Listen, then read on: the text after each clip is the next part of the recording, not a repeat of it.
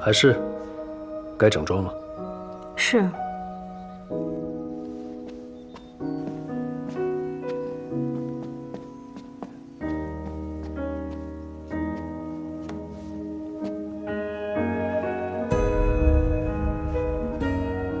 今日卯时3刻，便要到朱雀门列阵。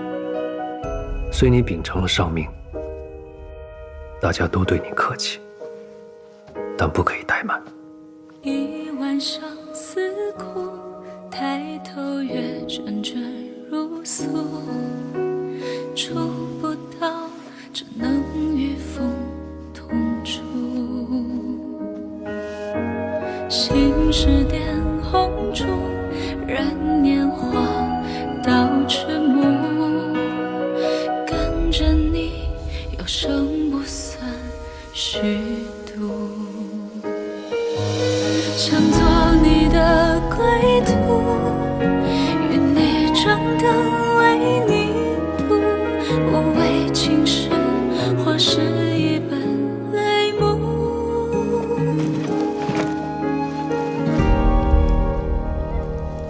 愿我一世追逐，不染尘土，有情自交付。愿我不念旧路，细雨朝暮，江山寒风骨。愿我青春皮肤回忆故，落魄也投入。承蒙你的倾慕，最后如最初，一生一次。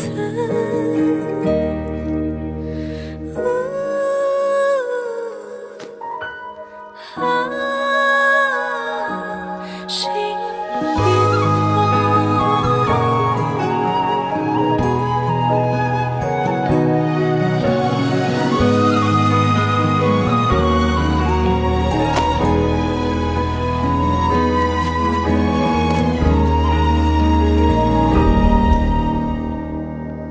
好了，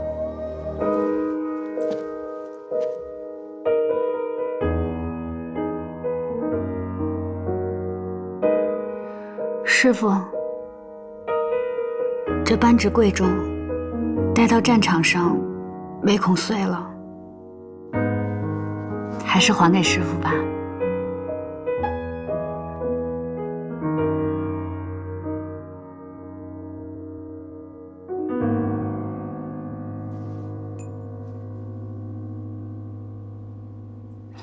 师父，可还记得以前教我的行行重行行？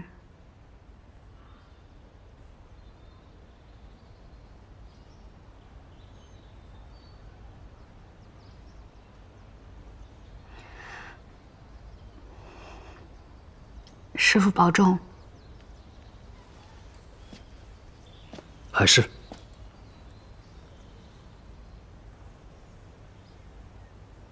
弃捐勿复道，努力加3分。师父保重。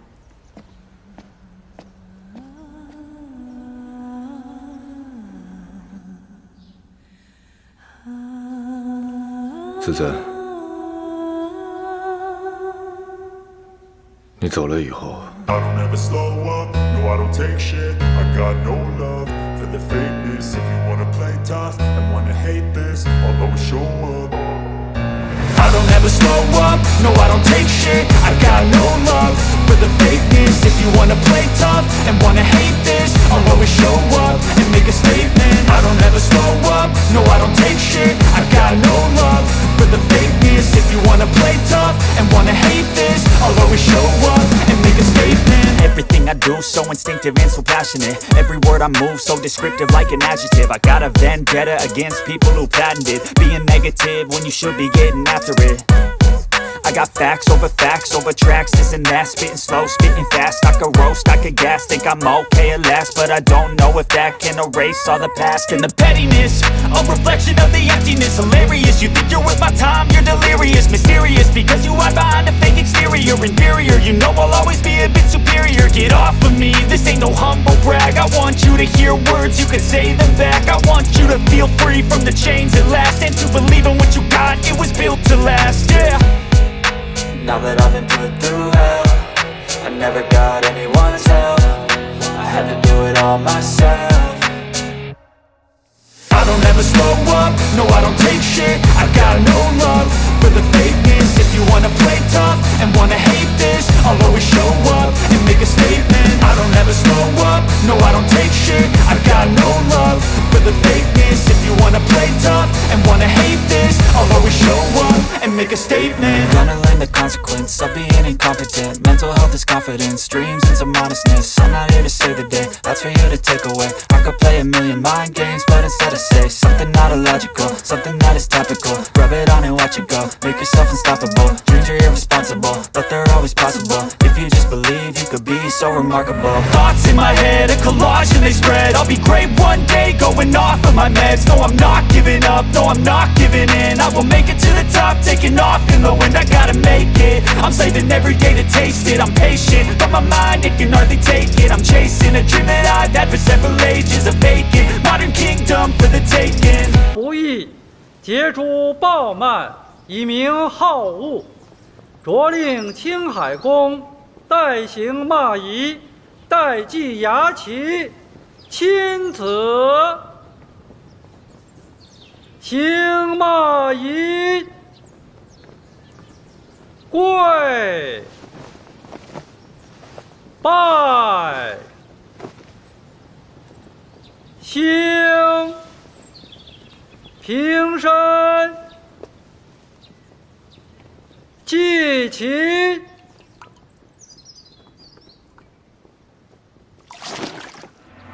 无报神奇，无形田猎，无悔土公，无凡无强，无曲和属器械，见其老幼，奉归无伤。虽遇壮者，不教勿敌。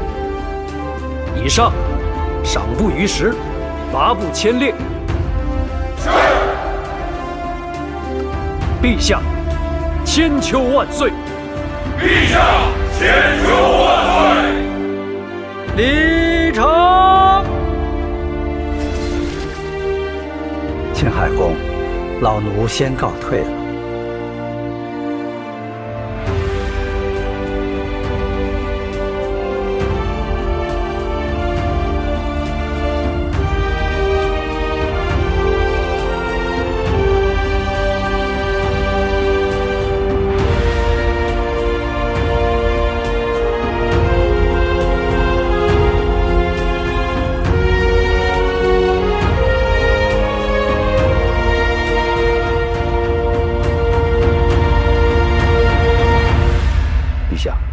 线报称，新兵营近日将到达黄泉营。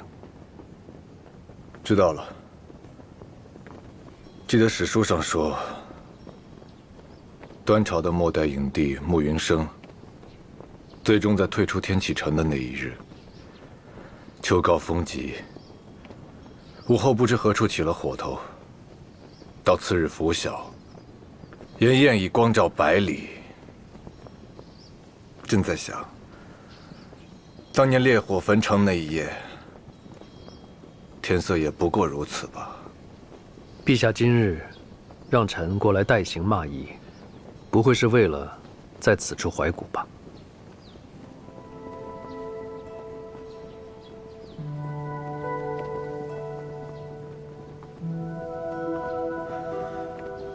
子丹曾说，最爱这天启城秋日里的落日融金。 他说：“这金色给人灿烂辉煌的繁荣之感。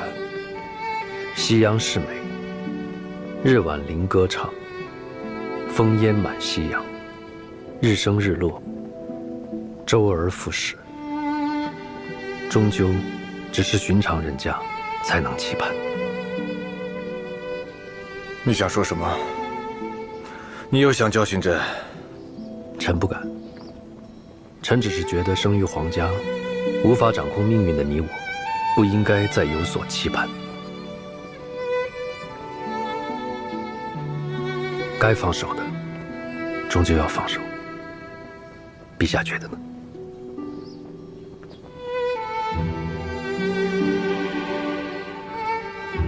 建民，你年少时可不是这样。从几时起，你变成现在这样了？若万是真的可以放手，那你的心里难道空无一物吗？有，臣的心里有念想。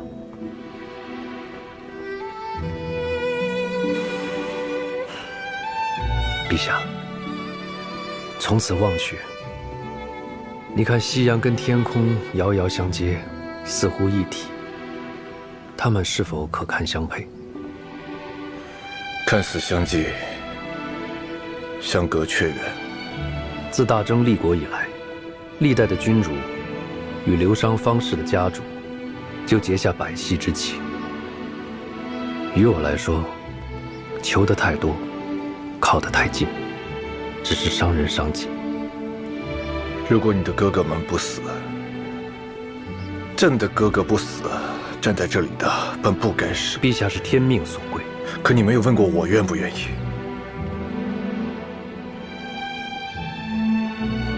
我不愿意，我从不愿意建明做我的百戏。是臣的意愿，一切都是臣的意愿。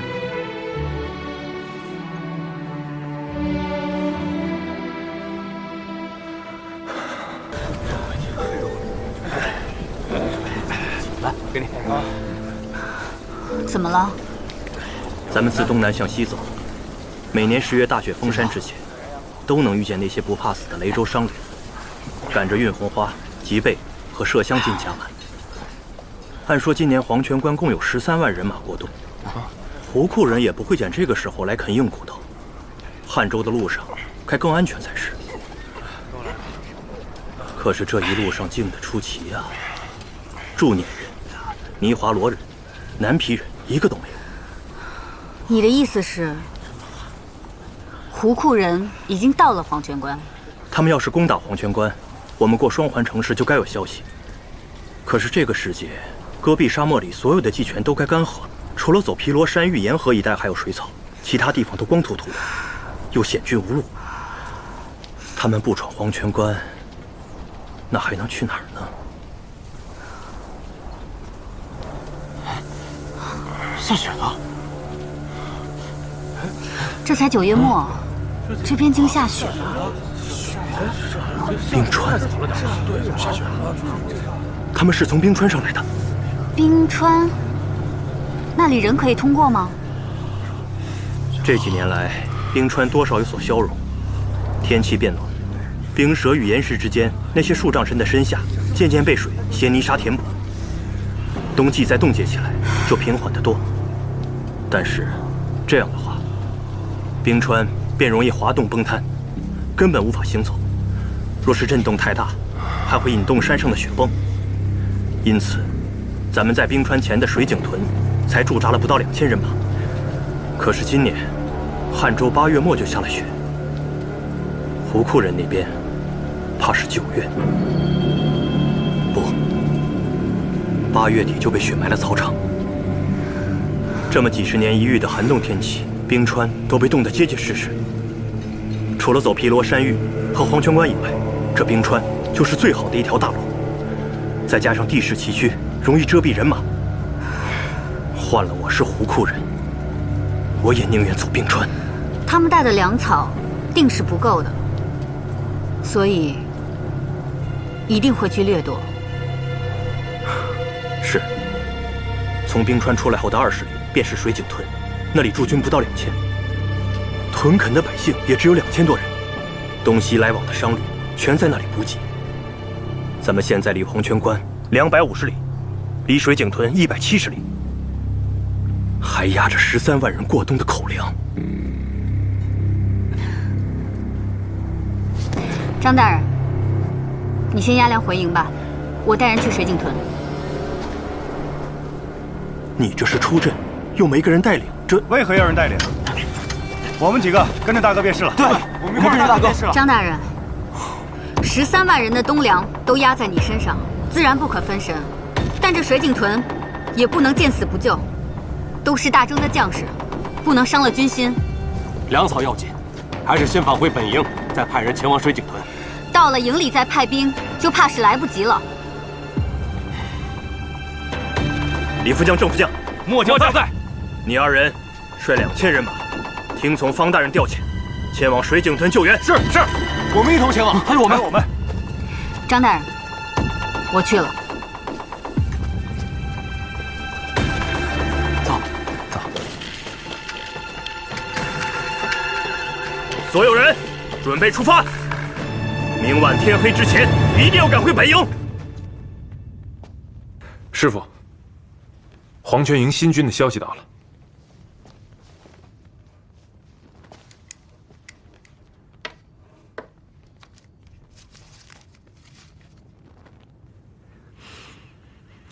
新军已经到达了汉州的戈壁，再过2日就到黄泉关了。总算要到了。黄泉关那边有什么异动？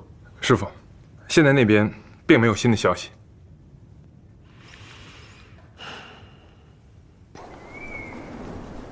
汤将军、张大人、符大人，黄泉营新兵与过冬粮草均已安全抵达。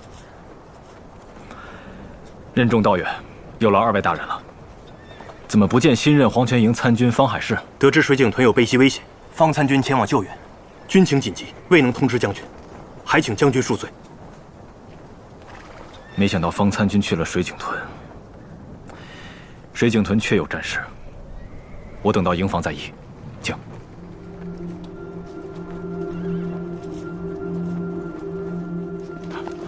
汤将军，汤将军，水井屯战况如何？那些虽是胡库散布，但为数不少，且突然袭击加上下雪，消息来迟了。主营刚刚得到消息，正在谋划。只是按照胡库人的疯狂程度，这会儿水井屯怕是已经被夷为平地了。再者，沿途道路冰川结冰，其他消息还尚未送达。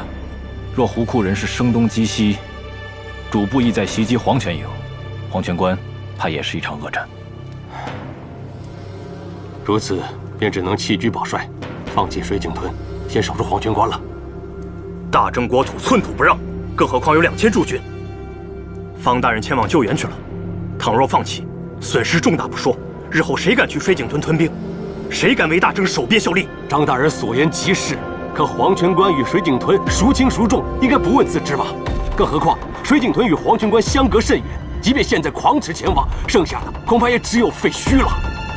不必争了，汤某觉得张大人说的对，大征国土，寸土不让。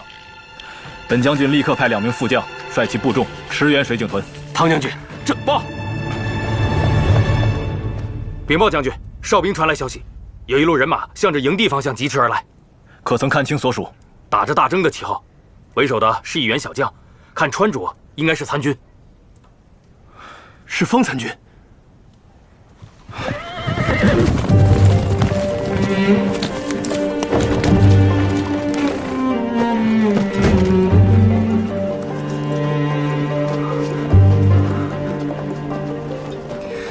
张大人，怎么样？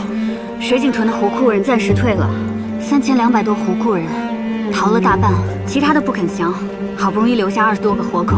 现在水井屯的人正在忙着掘壕沟，守备不足，还想回来讨些人手。汤将军，这位便是方参军。方大人年少英勇，我与他在居北镇见过。黄泉营参军方海士参见汤将军。陆副将、陈副将，在。你2人即刻率所属前往水井屯，驰援水井屯驻军行事。是。汤将军，水井屯形势紧急，末将也可以一同前往。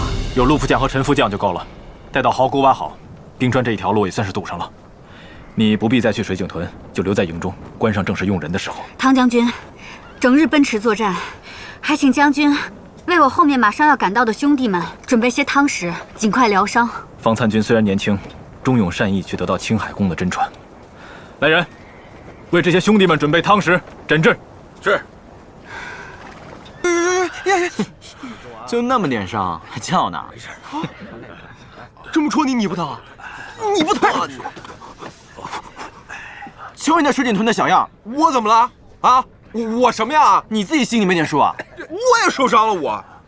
诸位，汤将军来看望大家了。汤将军，方大人，不管伤势轻重，一视同仁。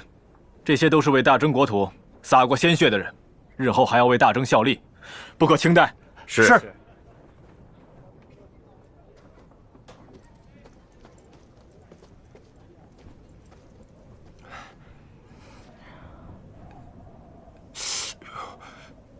伤口或许会很疼，但过去这一道关口，便是顶天立地的汉子。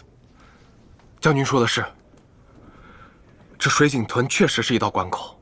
若不是因为我们大哥英勇无畏、战术得当，我们几个人死在那儿也就罢了，就怕连这水井屯也失守了。这次多亏了大哥，我们才捡回一条小命。谢大人，谢冯大人。哎，将军，我们大哥安排了3路夹击之策，只给敌人留了1个出口逃跑，率领军民一起打击。诸位可以想象一下啊，这胡库士兵怎么能抵挡住咱们3路夹击军民联合呢？那根本就是不可能啊！对，果不其然，就从大哥给安排的那一条唯一的退路给逃跑了。就在他们准备逃跑的时候，只见大哥是身影一闪，直接落在了那西门的土墙上。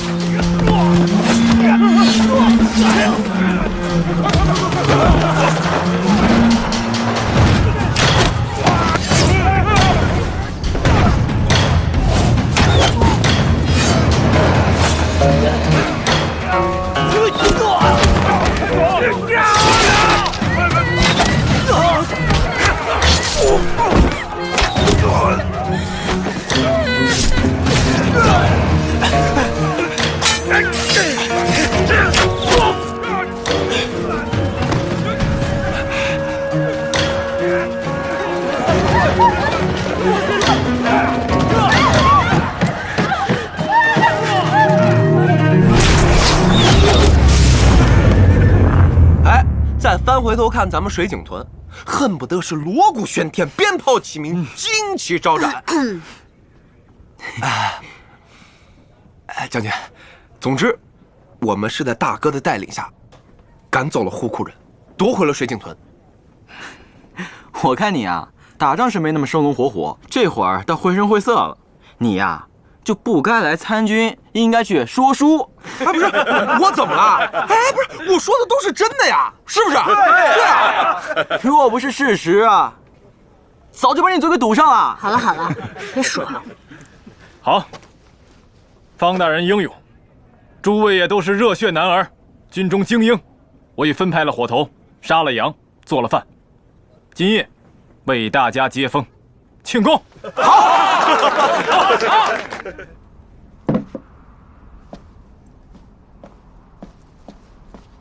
这关外气候寒冷，眼下冬季将至，是1年之内最难熬的日子。只有这些粗粟麦、羊肉和酒，全当为诸位接风洗尘了。方大人，还多亏了你，当断则断，飞驰前往水井屯救人呢。水井屯兄弟损伤过千，末将心中委实难受，怎经得起将军这样称赞？胡库人的凶残和暴力有目共睹，能保住水井屯的驻军和百姓，已经是不幸中的万幸。边塞战场，人如草芥，个中荣辱，天地共之。来，干！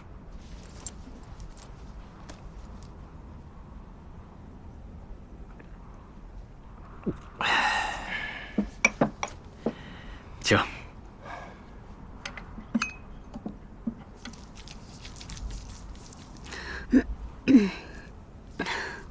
怎么，不舒服吗？方大人年轻出阵，战况又如此惨烈，一时反胃也是难免的。当初大家都是这个德行，久了自然就好了。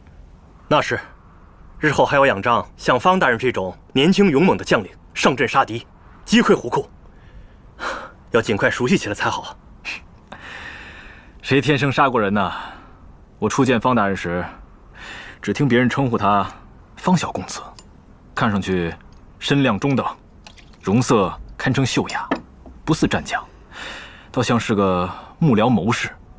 没想到这一打起来，竟如此勇猛，让汤某刮目相看呢。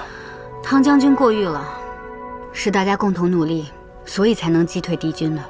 果然有刘商方氏的家风。刘商方氏这一代家主，青海公方建明，14岁便领军作战，驰骋于两军之中，6军必役，叫敌将折剑。当初经闻他病逝的消息，汤某还感叹良久。没想到青海公竟然还活着，真是世事难料，天命叵测呀！你到达黄泉营之后，必须要全力护卫汤潜子，如同护卫我一样。一旦我在都中给你寄信，无论内容如何，尽快杀了他。来，喝酒。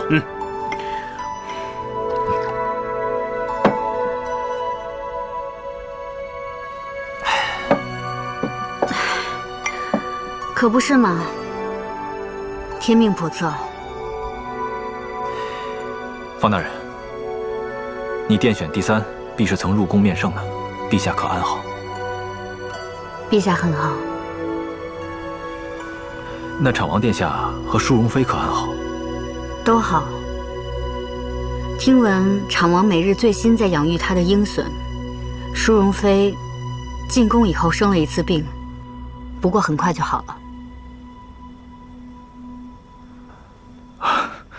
都好就好，都好就好。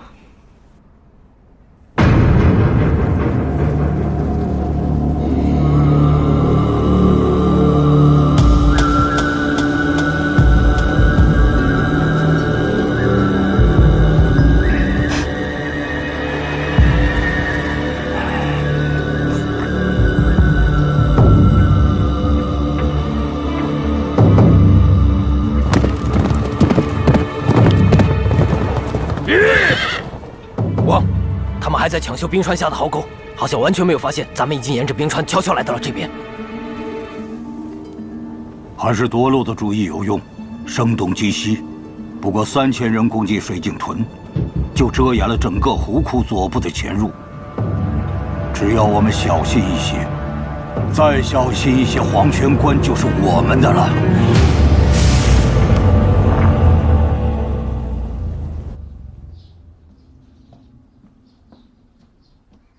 师傅，黄泉营那边的消息来了。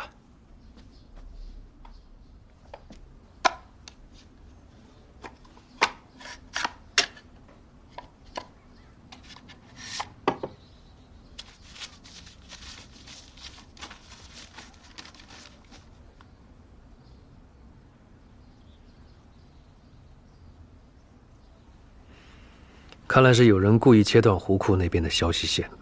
原来是有内奸。师傅，汉州一带消息线需要尽快填补，倘若消息再有延迟，只怕会付出更大的代价。这次海师迎难而上，保住了水井屯，下一次只怕会带累黄泉关。此事要详加部署。表面上我们是要填补新的消息线，实际上你要不动声色地安插其他的内线，两边分单线进行，不可交互，不可走漏风声。新的细作线由你来掌控，静待时机，引蛇出洞。是，徒儿这就着手去办。师傅，海师那边，我要不要跟他讲一下？我担心他一……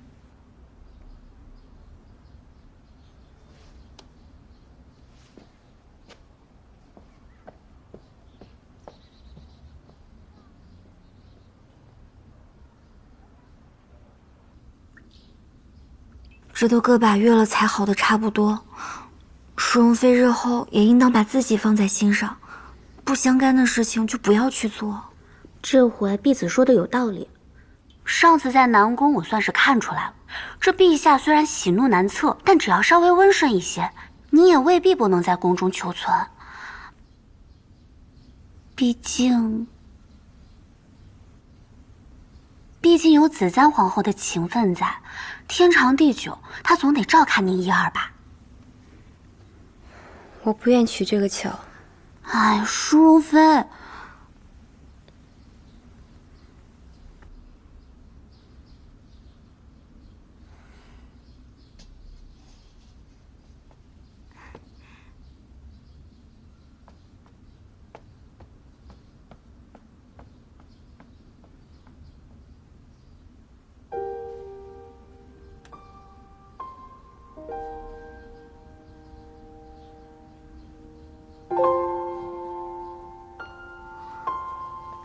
妃可是想小乖了，也不知道这皇帝怎么想的，兔子也不让养，小乖在玉安宫也没招惹他呀。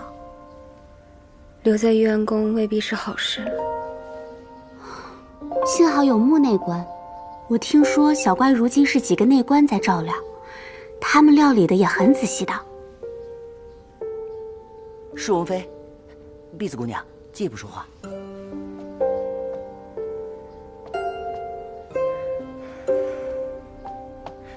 婢子姑娘，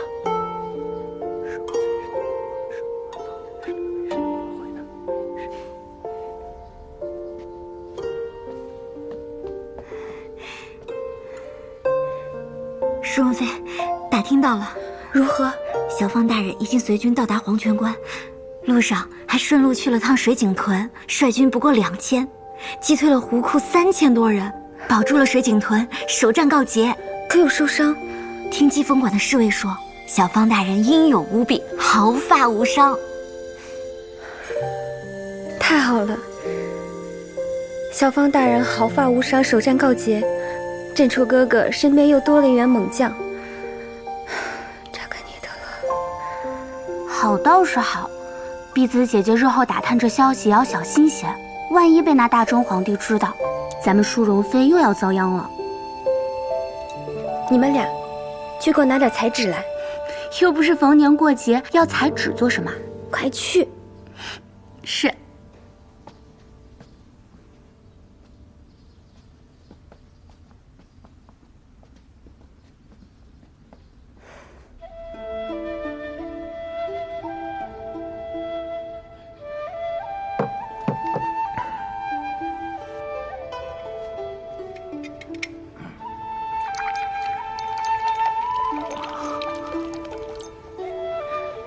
陛下，这今儿的菜不合口吧？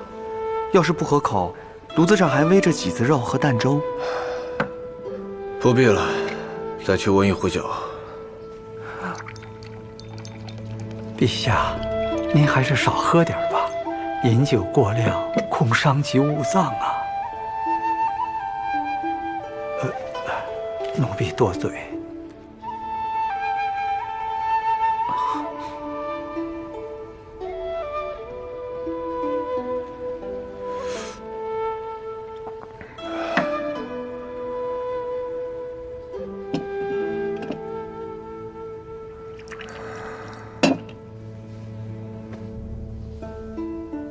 陛下，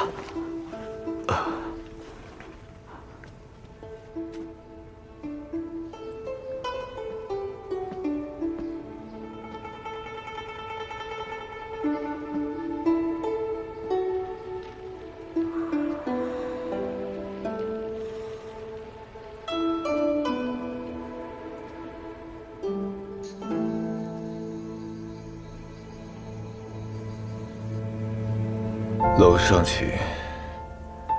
岑月，下联经。祈请龙尾神保佑大家明年都可以平安、健康、快乐。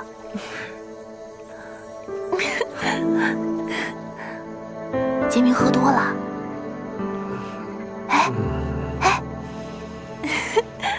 怕不是墓上哪家姑娘了？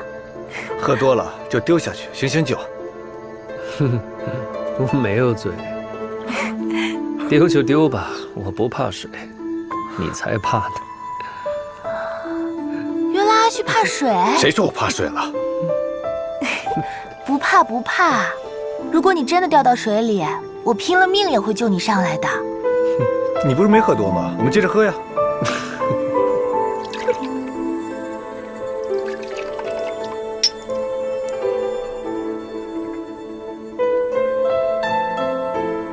梦见茂陵惆怅事，桃花柳絮满江城，生计作吹笙。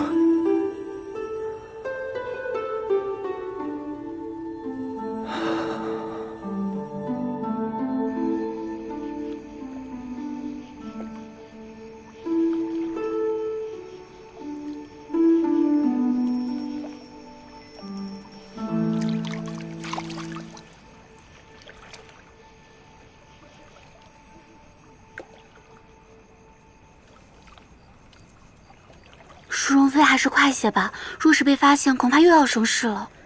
最近边关战事吃紧，陛下政务繁忙，脱不开身。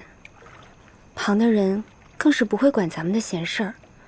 再说这双平湖地处偏僻，人迹罕至，你们就放心吧。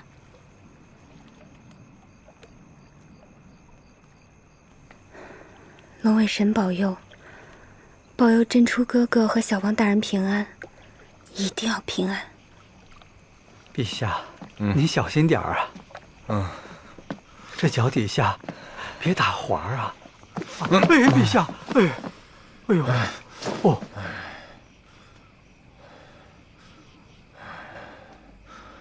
这是何物？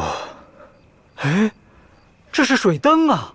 哎呀，这宫里不许私放此物啊！奴婢这就捉人查。哎呦，陛下，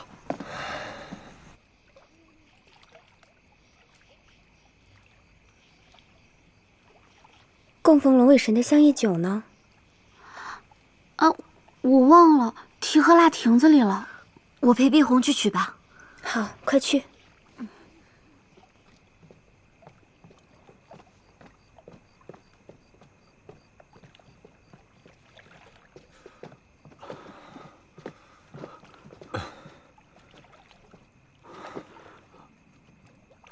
哎呀，陛下，这……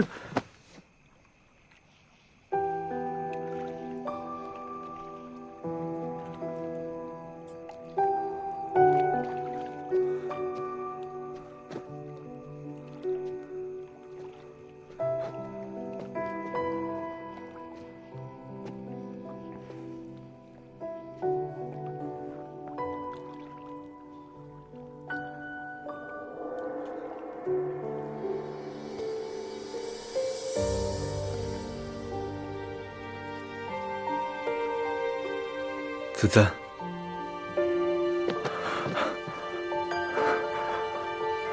子赞，这么久了，你知道我有多想你吗？陛下，能不能不要走？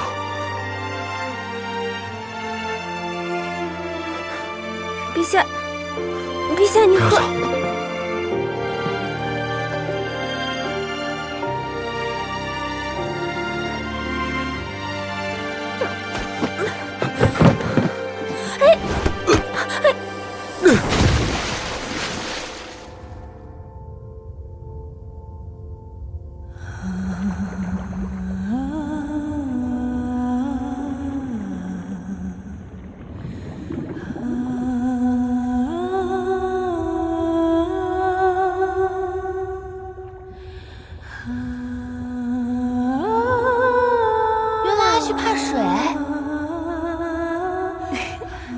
不怕，如果你真的掉到水里，我拼了命也会救你上来的。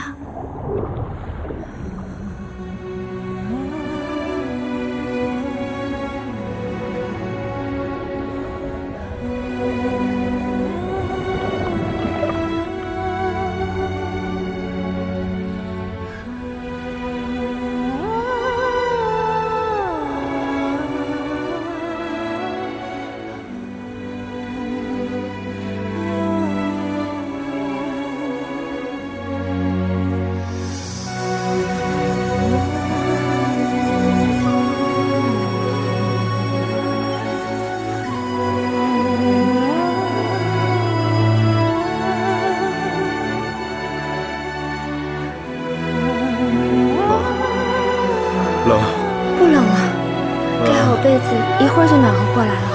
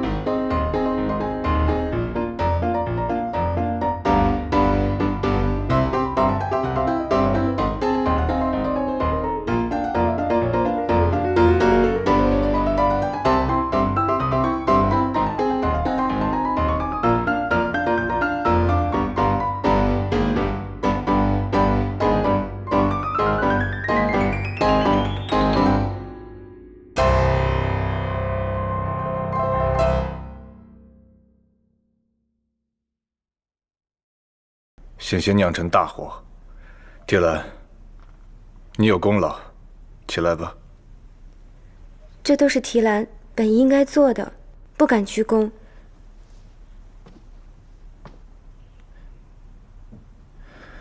朕一向赏罚分明，更不想欠别人的人情。想要什么都可以提。蒙陛下恩顾，自从回到玉安宫，吃穿用度并未减薄臣妾，日子过得很好，提兰很知足。眼下最要紧的是请御医来给陛下请平安脉。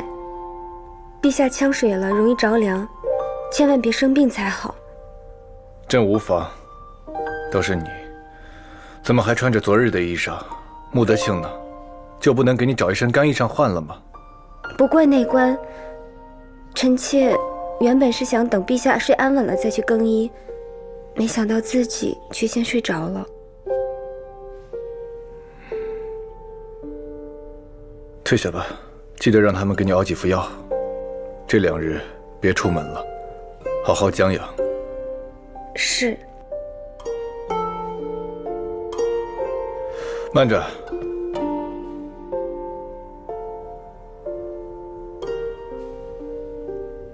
那只兔子，他们给你送回去了吗？陛下在说什么？正是说，那只兔子在朕这儿养着不合适，记得让他们给你送回去。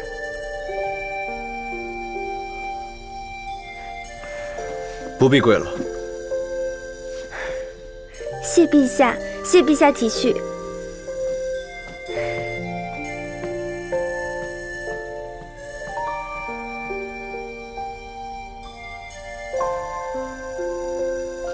青海宫这边，淑容妃。青海宫，淑容妃。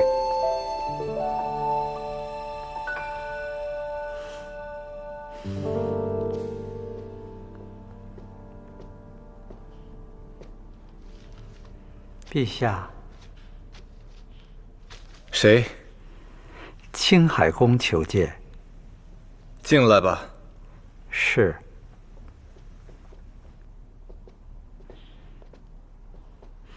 陛下，这么点小事就把你也给惊动了。有奏报，黄泉关的捷报已经传来了。这汤前字当真挺会做人的，口口声声都在褒扬方海市，好像没了方海市，水井屯就丢了似的。怎么？你这么快过来，不是看朕，是为了给方海市讨赏？臣今日过来，是想跟陛下商讨如何加强汉州的细作网线和黄泉关的安危部署。现在边疆未稳，臣认为湖库对水井屯的一战，不是表面那么简单。你是担心黄泉关，还是担心你那个爱徒方海市啊？朕知你已着手派人处理一事细作，可曾有何风声？现在还没有确凿的证据。细作的消息如何传出去，还需要查实。汉州一带的细作网线一直都是七七在负责，这阵子也劳累他了。前线战事固然重要，但黄泉关凭借其天然屏障，也并非这么容易攻破。倒是你们的婚事，别因此耽误了。臣的婚事，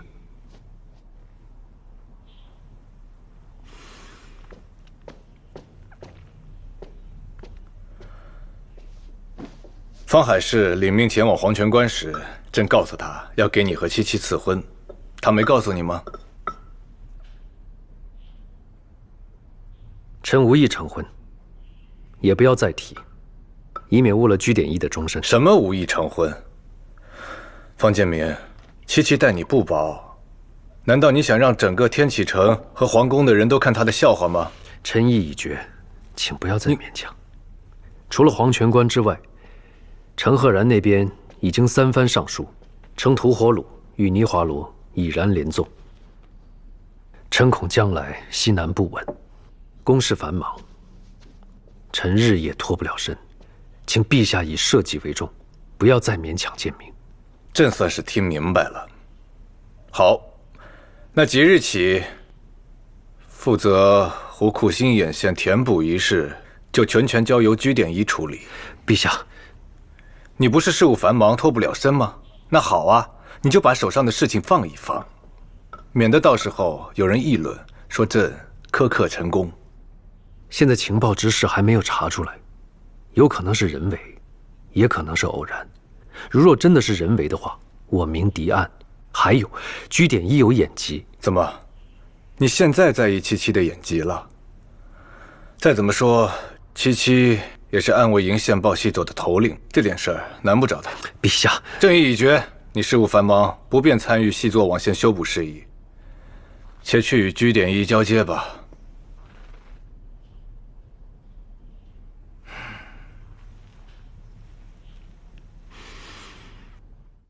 师傅，您找我。坐。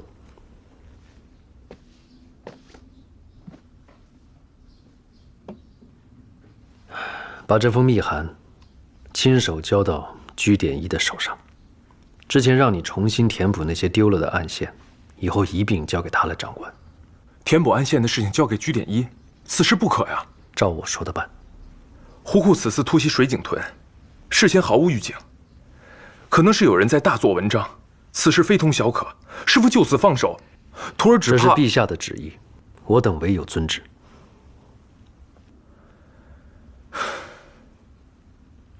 既是陛下的旨意，也只能办了。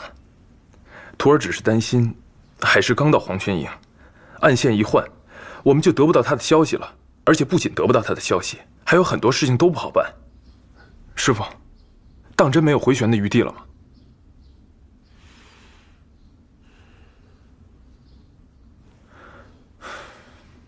徒儿明白，只是这条线之前都是师父单独对接居典仪，徒儿是下属，又是晚辈，若我去……陛下让我交出这份差事，我已遵旨，其他事情不必在意，你只要暗中留意是否有人盯着林锦司便可，一有异动马上来报。徒儿遵命。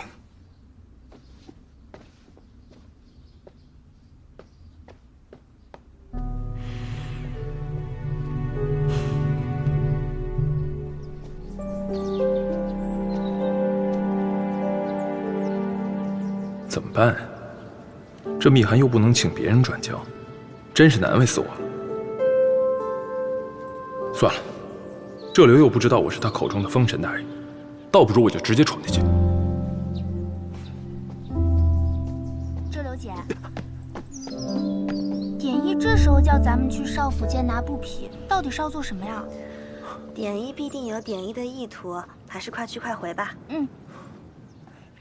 这刘姐。你说晚上我们吃什么呀？先把公务忙好，再想晚上吃什么吧。嗯，可是我现在还是有点饿了。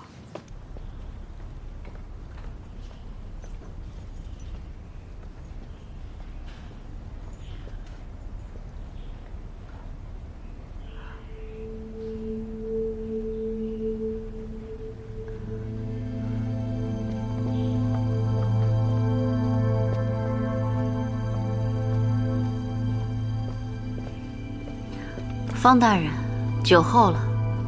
卓英参见典医大人。让大家去歇息吧。典医大人，陛下有旨，命季风馆将填补汉州一带新旧消息线事务全权交于典医大人。师父已将先前所有的内容放在这封密函之内，还请典医大人过目。若典医大人有任何疑问，尽管询问卓英。方大人，我这双眼几乎已废，这密函我如何看得清晰？是卓英疏忽了，卓英自会把密函内容详尽向典医大人说明。方大人，交接之事，青海宫大可传我去季风馆，不必劳烦方大人特意跑这一趟。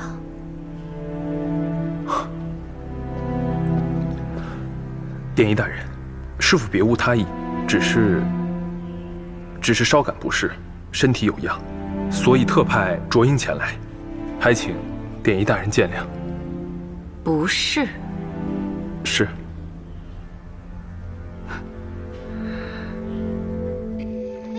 别挤呀！谁挤你了？是你挤的我。让一下，小心我的水灯。让一下，来吧，放这儿。放好了。小心让一下，让一下。你们俩放什么灯啊？哎呀，那日陛下从双平湖回去后啊，淑容妃就在京城宫待了一整夜呢。陛下这些年从未宠幸他人，淑容妃可不一般呐。对呀，这不是也想来沾沾喜气吗？啊，让一下，啊，让一下，放这儿，我来这儿，好了吗？慢点。好了，好了。西南一带还是不太平啊。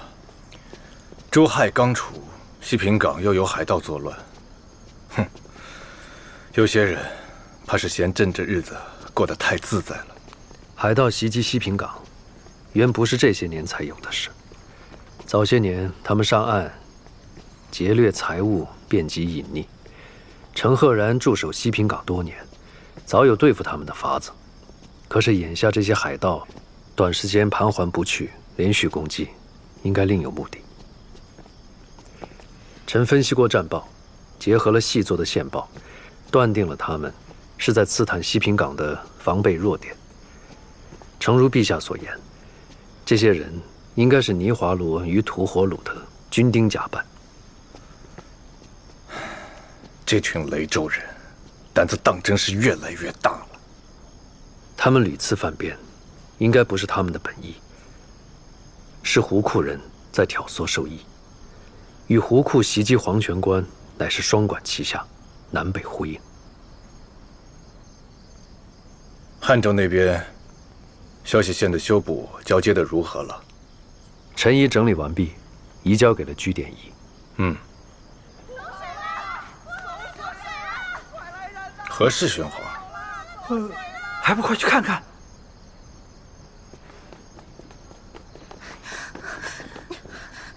陛下，何事惊慌？奴婢们在湖边放水灯，走水了。又不是过节，放什么水灯？还不快说！宫里人都说，淑容妃在湖边放水灯才被陛下宠幸的，所以奴婢们也想沾沾喜气。混账！穆德谦，奴婢在。宫人私下议论帝妃，该当何罪？杖责20。今日放灯的人，各杖责20。若以后再有人敢在双平湖放灯，杖30。若屡犯者，押入内狱。遵旨。还不快拖下去！陛下饶命！陛下饶命！陛下饶命！拖下去！陛下饶命！陛下。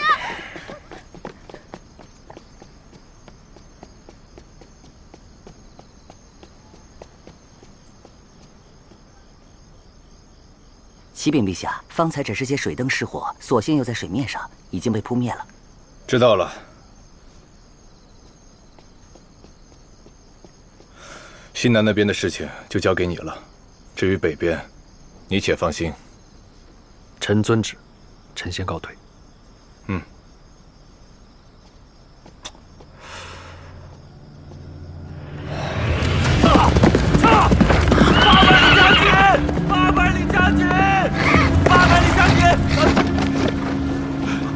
没事吧？800里加急，不要管我。800里加急，快！800里加急，800里加急，800里加急，800里加急！混账！假装海盗侵袭海岸，刺探虚实，实派船舰隐匿海上。这尼华罗与吐火鲁，当真是狼子野心，昭然若揭。陛下，臣愿意带兵前往阻击，保卫疆土。苏明，你虽带兵多年，但对沿海一线并不熟悉。是啊，若派陆军增援，不安水战，也是枉然。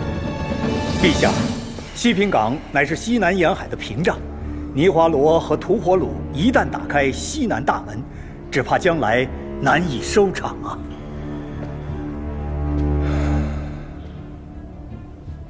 青海公，你有何主张？回禀陛下，臣愿一试。至于兵源，刘商君累年屯田，一直没有减员，愿为陛下肝脑涂地。是啊，还有青海宫的刘商君啊。青海公果然忠肝义胆呐！青海公当年随陛下安定天下，便是水陆皆战，水陆皆胜。今日有青海公出马，西平港定然安然无恙。如此甚好。青海公，此番行动全交由你负责，即刻出发。臣遵旨。师傅，西平港情形甚危，师傅此番前去，您真的不要卓英陪您一同吗？西平港再乱，他能翻得了天吗？师傅的意思是，京畿要地与西平港孰重孰轻？卓英明白。陛下的安危永远放在第一位。我不在都中的时候，你跟少子要日夜留意，保证陛下的安全。还有，你要留意是否有人盯着灵锦寺在汉州的细作网线上动手脚。师傅，您也一路留心。放心，我已经传消息给刘商军，刘商靠近西边，我先跟他们主力会合，再赶往西平港。卓英定不负使命。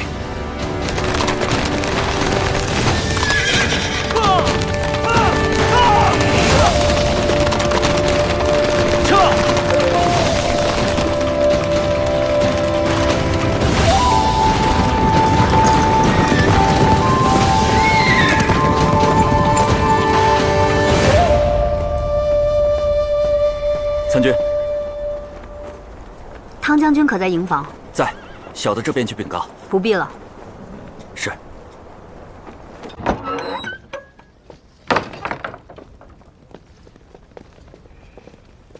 汤将军，方大人前来，可是有要事找汤某商议？是。末将发现，自10日前水井屯一战之后，逃走的2000胡库兵在黄泉关彻底消失了。没有任何的线索，末将觉得很奇怪。这2000人总要吃喝，总要宿营，就算隐藏的再小心，也总会有线索的。方大人和汤某想到一处去了。胡库那边的细作没有传来任何消息，我已派出人手前往关外查探，但至今尚无结果。我方才查看地图也是在想，这冰川之路已然封上，他们既无退路，到底隐匿在了何处？末将只是担心。这水井屯一战只是胡库人的计谋，我怕后面还有更大的威胁在等着。方大人所言极是，若胡库趁此当口大举进攻，黄泉关的百姓怕是在劫难逃。本将军即刻增派人手前往关外巡查。末将想带一小队人马前往水井屯查探究竟。你乃是参军，原不用如此劳苦，带兵打仗才是你的职责。黄泉关是大征的命脉。保证黄泉关的百姓不被胡库人欺凌，才是我等的职责。